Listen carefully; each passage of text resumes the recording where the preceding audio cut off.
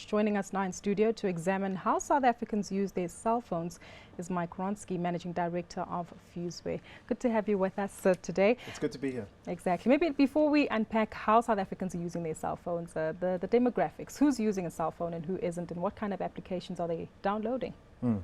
Well, I think across the board we've seen a massive uptake on high-end feature phones and smartphones in this country in the last 12 months. So that's led to a massive surge in social media adoption specifically, especially across the lower LSM segments that haven't had access to that technology before. So for the first time ever, for example, Facebook usage is now more accurately representing the country demographics and LSMs, which is fascinating because it indicates a level of maturity across social media specifically. Out of interest, though, you left out chatting sites or instant messaging networks. So why so? Well, those details will be revealed slightly later since the chat networks don't actually release any data internally. So we have to do that through a survey that only gets run at the end of the year. The data that we have comes straight from listening to all the online conversations and what people are actually talking about. So this gives us tremendous insights into the kind of content people are sharing.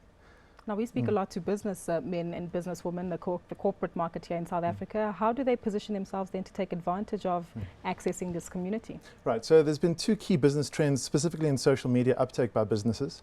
One is known as content marketing, which isn't your traditional advertorial.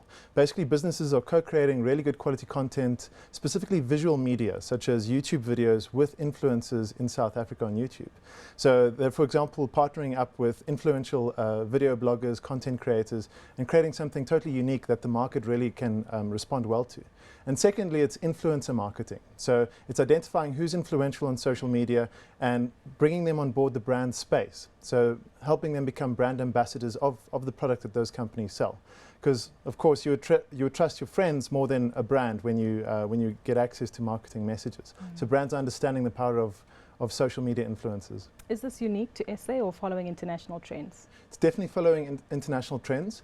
I think SA is following more of a unique visual medium curve now that data rates have dropped significantly. So what we're seeing is a massive uptake in Instagram usage specifically. In terms of percentage growth over the last 12 months, it's one of the fastest growing networks in the country. And brands aren't ignoring it either. A lot of the big corporate brands are already using Instagram and creating campaigns on the platform.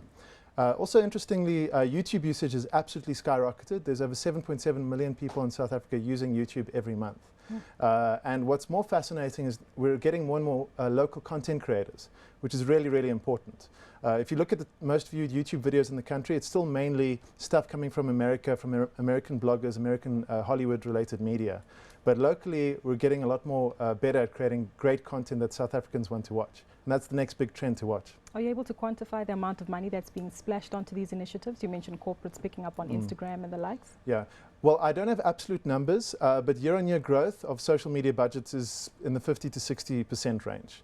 We survey about 60 corporates every single year, and they're allocating more budget. They're allocating more towards specifically training their upper-level executives and staff on why social media is so important for the business that they're in, but also not necessarily using social media as just a marketing function.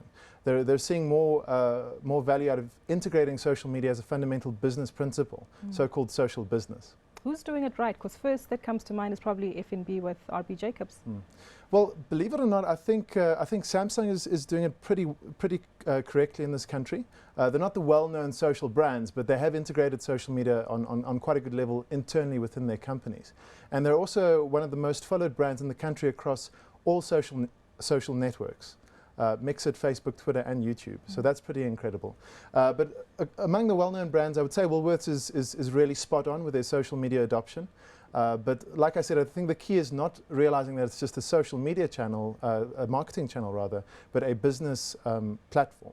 Where the customers can actually co-create the brand and co-create the business, drive product development, drive valuable feedback back to the executive teams. So not just the marketing channel. And I think this is the year that brands have actually realized that and they've capitalized on that. Just to sidestep a little bit, what about e-commerce?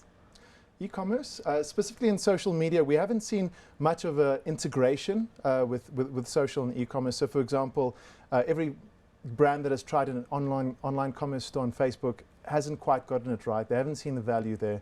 But with that said, social media as a lead generation platform for e-commerce sites has been fantastic. Facebook is one of the best ROI platforms in terms of user acquisition. ROI? For return on investment.